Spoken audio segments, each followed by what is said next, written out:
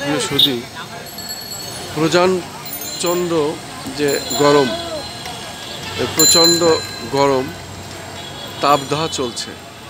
এর মধ্যে আমরা দেখতে পাচ্ছি এটা ঢাকা বিশ্ববিদ্যালয় এলাকাটি আমরা দেখতে পাচ্ছি মানুষের চলাফেরা আছে, কিন্তু রিক্সাওয়ালা রিক্সা চালকরা দাঁড়িয়ে আছে। আসলে এই প্রচণ্ড গরমে মানুষের নাভিশ্বাস।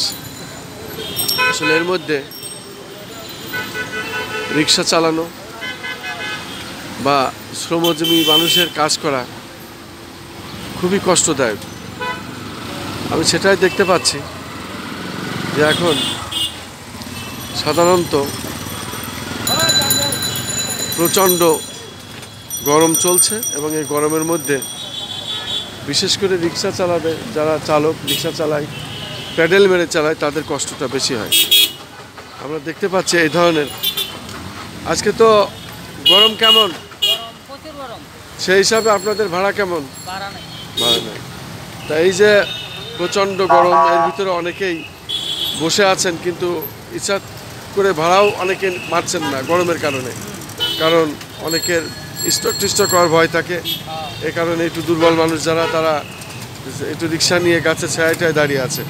তা আপনার অবস্থাটা কি? ওরকমই। আপনার বাড়ি কোথায়? কোথায়?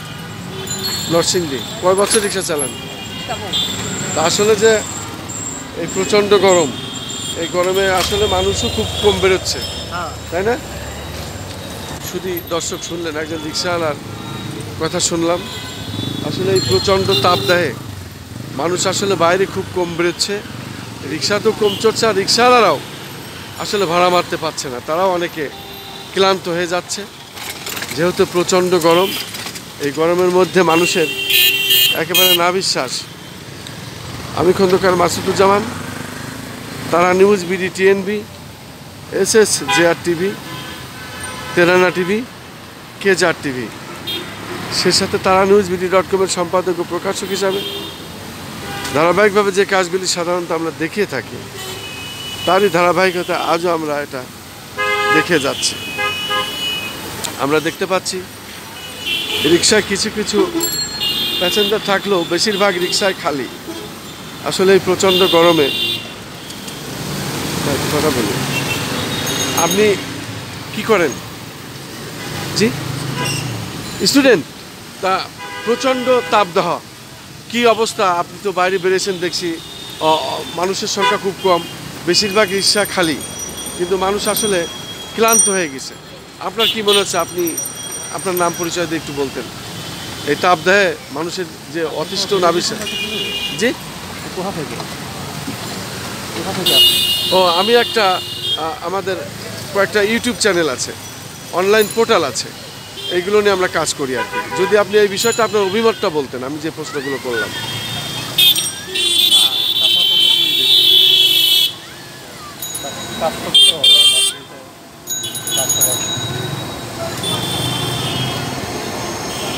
সে কারণে আপনাদের যারা স্টুডেন্ট আছেন তাদের সংখ্যা এখন কেমন? বিশ্ববিদ্যালয় এলাকা আসছে? আসছে না? আচ্ছা আচ্ছা আচ্ছা আচ্ছা,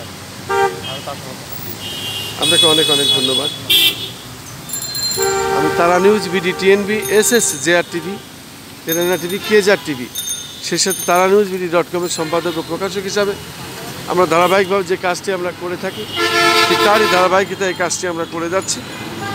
আমরা দেখতে পাচ্ছি চলছে মোটামুটি রিক্সা, মানুষ হেঁটেও, এখন যেহেতু বিকাল, অনেকটাই মানুষ তার কাজে বেরোতে হয়, তাই তারা এইভাবে এখন বেরিয়েছেন। তবে গরমের অবস্থা অত্যন্ত প্রখর, সে কারণেই রাজধানী ঢাকাতে মানুষের সংখ্যা তুলনামূলক হারে কম, তারা বাইরে বেরোচ্ছে, কম সংখ্যক লোক বেরোচ্ছে বাইরে।